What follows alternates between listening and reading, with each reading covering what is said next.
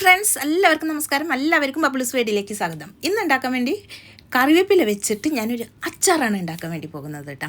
നല്ല ഹെയർ ഗ്രോത്തിന് വേണ്ടിയിട്ടാണ്. എൻ്റെ മുടി കുറച്ച് നന്നായിട്ട് കൊഴിയുണ്ട്. അപ്പം ഞാൻ ഇത് ഉണ്ടാക്കി കഴിക്കുമ്പോൾ നല്ല മാറ്റം സംഭവിക്കുന്നുണ്ട്. അതിന് വേണ്ടിയിട്ട് ഒരു സ്പൂണ് ഉലുവ, ടേബിൾ സ്പൂണാണ് ഉലുവ എടുത്തിട്ടുള്ളത്. കടുക് ഒരു ടേബിൾ സ്പൂണ്, മല്ലി ഒരു ടേബിൾ സ്പൂണ്, ഇത്ര വേണം നമ്മൾ വറുത്ത് മാറ്റി വയ്ക്കുക തണക്കാൻ വേണ്ടിയിട്ട്. പിന്നെ നന്നായി കഴുകി എടുത്തിട്ടുള്ള വാഷ് ചെയ്തെടുത്തുള്ള കറിവേപ്പിലയാണ് ഇവിടെ ഞാൻ റെഡിയാക്കി വെച്ചിട്ടുണ്ട്. അപ്പോൾ ഈ 3 ഐറ്റങ്ങൾ ഇവിടെ റെഡി ആയിട്ടുണ്ട്. അത് തണക്കാൻ വേണ്ടി മാറ്റിക്കുക. അടുത്ത സ്റ്റെപ്പ് മുളകാണ്. അങ്ങാടി മുളക്, നല്ല എരിവുള്ള അങ്ങാടി മുളക്. അത് വറക്കാൻ വേണ്ടി പോവുക. വറക്കാൻ എണ്ണയൊന്നും ഒഴിക്കാണ്ട് തന്നെ ഇത് നമ്മൾ ചുട്ടെടുക്കില്ലേ, അതുപോലെ ഒന്ന് എടുക്കാൻ വേണ്ടിയിട്ട് പോകണം. നന്നായി വറുത്ത് കൊടുക്കുക. പിന്നെ പൊടിക്കേണ്ട സമയത്ത് ഈ തോക്കകൾ മാറ്റി കൊടുക്കണം. മാറ്റി കൊടുത്തിട്ട് പൊടിക്കേണ്ടത് കേട്ടോ. വറക്കുമ്പോൾ ഇട്ടിട്ട് വറുത്തോളൂ, പക്ഷെ പൊടിക്കുമ്പോൾ മാറ്റി കൊടുക്കും വേണം. എന്നാൽ അവിടെ മുളകും റെഡിയായി കഴിഞ്ഞ് ഇനി അടുത്ത സ്റ്റെപ്പ് നമുക്ക് പുളി വേണം.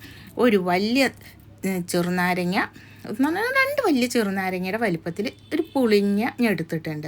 അത് നമുക്ക് വെള്ളത്തിലിട്ട് കുതിർത്താൻ വേണ്ടി വെക്കാൻ പോവുകയാണ് ഞാൻ. ഇതിൽ പുളി ചേർക്കേണ്ടത്, പുളി നിങ്ങൾക്ക് ഇഷ്ടമുണ്ടെങ്കിൽ ഇത്തിരി കൂടുതൽ എടുത്തോളൂ കേട്ടോ, കുഴപ്പമൊന്നുമില്ല. എനിക്ക് അധികം പുളി അങ്ങനെ ഇഷ്ടമില്ലാത്തതുകൊണ്ട് ഞാൻ പുളി കുറച്ചെടുത്തിട്ടുള്ളൂ. ഇതിനെക്കാട്ടും കുറച്ചും കൂടി പുളി നിങ്ങൾക്ക് ചേർക്കാം ഇഷ്ടമാണെങ്കിൽ. പിന്നെ ഒരു ചെറിയൊരു ശർക്കര കഷ്ണമാണ്. നിങ്ങളുടെ അടുത്ത് അച്ചാണെങ്കിൽ അങ്ങനെ, എൻ്റെ അടുത്ത് അച്ചുണ്ടായിരുന്നില്ല, ചെറിയൊരു കഷ്ണം ഇങ്ങനെ ഉണ്ടായിരുന്നുള്ളൂ. അപ്പോൾ ഞാൻ അങ്ങനെ എടുത്തു. ഇതൊക്കെ ഞാൻ ഇനി പൊടിക്കാൻ പോകും. മുളക് തണുത്ത് പൊടിച്ചെടുത്തിട്ടുണ്ട്. ഇനി അടുത്തത് നമ്മുടെ ഈ കടുകും അതുപോലെ തന്നെ മല്ലിയും ഉലുവയൊക്കെ പൊടിച്ചെടുത്തിട്ടുണ്ട്. അതിന് ശേഷം ഞാനിവിടെ പുളിഞ്ഞ് പീഞ്ഞ് തച്ച് റെഡിയാക്കി വെച്ചിട്ടുണ്ട്. അടുത്ത് ഈ പുളിവെള്ളത്തിലാണ് നമ്മൾ ഈ കറിവേപ്പില അരച്ചെടുക്കണം. വേറെ എക്സ്ട്രാ വെള്ളം ചേർക്കരുത്. അതിനാണ് ഈ പുളിവെള്ളം. ഈ പുളിവെള്ളത്തിൽ തന്നെ ചേർത്ത് അരയ്ക്കുകയാണെങ്കിൽ നമുക്ക് എക്സ്ട്രാ വെള്ളം ചേർക്കേണ്ട ആവശ്യം വരുന്നില്ല. അപ്പോൾ ഞാൻ കുറച്ച് പുളിവെള്ളവും പിന്നെ ആ എടുത്ത് വെച്ചുള്ള ശർക്കരയുടെ കഷ്ണം കറിവേപ്പിലയും കൂടിയിട്ട് അരച്ചെടുത്ത് ഒരു പാത്രത്തേക്ക് റെഡിയാക്കി വെച്ചിട്ടുണ്ട്. പിന്നെ നമ്മൾ അമ്മി കഴുകുമ്പോൾ കിട്ടുന്ന പോലെ നമ്മുടെ ജാറ് കഴുകുമ്പോൾ കുറച്ച് വെള്ളം, ആ പുളിവെള്ളം ബാക്കി വന്നതും കൂടി ചേർത്തിട്ട് ഞാൻ കലക്കി വെച്ചിട്ടുണ്ട്. പിന്നെ ഞാൻ നല്ലെണ്ണയിലാണ് ഉണ്ടാക്കാൻ വേണ്ടി പോകുന്നത്. പിന്നെ വെളുത്തുള്ളി എടുത്തിട്ടുണ്ട്.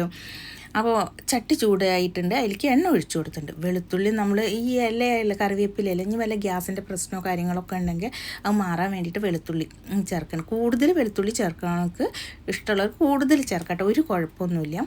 പിന്നെ ഉപ്പ്.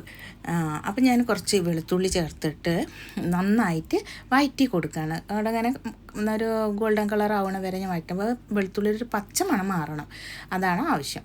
അതിലേക്ക് നമ്മൾ ഇവിടെ അരച്ച് വെച്ചിട്ടുള്ള നമ്മുടെ കറിവേപ്പില മിക്സ് ചേർത്ത് നന്നായിട്ട് ഇളക്കി കൊടുക്കണം.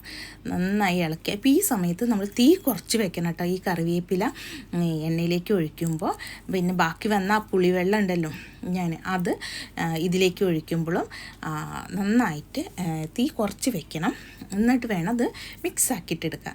ഈ മിക്സ് ആയതിന് ശേഷം ഉപ്പ് ഇട്ട് കൊടുക്കുക. ആവശ്യത്തിന് നിങ്ങൾക്ക് എത്ര ഉപ്പ് ആവശ്യം അതിനനുസരിച്ച് ഉപ്പ് ഇട്ട് കൊടുത്തിട്ട് നന്നായിട്ട് ഇളക്കി കൊണ്ടേയിരിക്കുക. അപ്പോൾ ഇങ്ങനെ ആ പച്ച കളർ മാറിയിട്ട് വേറൊരു പച്ച കളർ എന്നൊക്കെ പറയില്ലേ, അങ്ങനെ കളർ മാറ്റം സംഭവിച്ചിട്ടുണ്ട്. അങ്ങനെ നന്നായിട്ട് കുറുക്കിങ്ങനെ എടുക്കണം. നല്ല കട്ടിയായിട്ട് വരുമ്പോൾ നമുക്ക് ഇതിലേക്ക് എന്താ ആഡ് ചെയ്ത് കൊടുക്കാം? മുളക് പൊടി, അതുപോലെ തന്നെ മറ്റേ നമ്മുടെ ഉലുവ, മല്ലി, കടുക്, ഇത് വറുത്ത് പൊടിച്ചിട്ടുള്ളതൊക്കെ ചേർത്ത് കൊടുക്കുക കേട്ടോ. ഇനി ഈ സമയത്ത് ഉപ്പ് കുറവാണെങ്കിൽ ഉപ്പ് ഇട്ട് കൊടുത്തിട്ട് വീണ്ടും നന്നായിട്ട് ഇളക്കി യോജിപ്പിച്ച് നന്നായിട്ട് കുറുക്കിയെടുക്കണം. ഇത് ഇട്ട് കഴിഞ്ഞാൽ നന്നായിട്ട് കുറുക്കിയെടുക്കണം. നമ്മുടെ പാത്രത്തിൻ്റെ സൈഡിൽ എണ്ണ തെളിഞ്ഞ് വരുന്ന വരെ ഇളക്കിയെടുക്കണം. നല്ല ടേസ്റ്റാണ്. നല്ല ചൂട് ചോറിലേക്കും ഇത് കുറച്ചൊരു സ്പൂണ് നമ്മുടെ കറിവേപ്പിലയുടെ ഈ അച്ചാറും അതുപോലെ തന്നെ കുറച്ച് തൈരും കൂട്ടി കഴിച്ചിട്ടുണ്ടെങ്കിൽ സൂപ്പർ ടേസ്റ്റാണ്. അപ്പോൾ അതാ അരികിൽ നിന്നൊക്കെ എണ്ണ തെളിഞ്ഞ് വരുന്ന നമ്മളുടെ കറിവേപ്പിലയുടെ അച്ചാർ ഇവിടെ റെഡി ആയിട്ടുണ്ട്. ഒരു പ്രാവശ്യം ഞാൻ പൊടി ഉണ്ടാക്കിയില്ലേ, ഇത് അച്ചാർ ഉണ്ടാക്കാമെന്ന് വെച്ചപ്പോൾ എല്ലാവരും ഉണ്ടാക്കി നോക്കണം കേട്ടോ. ഉണ്ടാക്കിയിട്ട് കമൻറ്റ് ബോക്സിൽ കമൻറ്റ് പറയൂ. ടേസ്റ്റി അച്ചാറാണേ. അപ്പോൾ എല്ലാവരും ഉണ്ടാക്കി നോക്കുമെന്ന് വിചാരിക്കുന്നു. എല്ലാവർക്കും ഇഷ്ടപ്പെട്ട് കഴിഞ്ഞാൽ like and share and subscribe.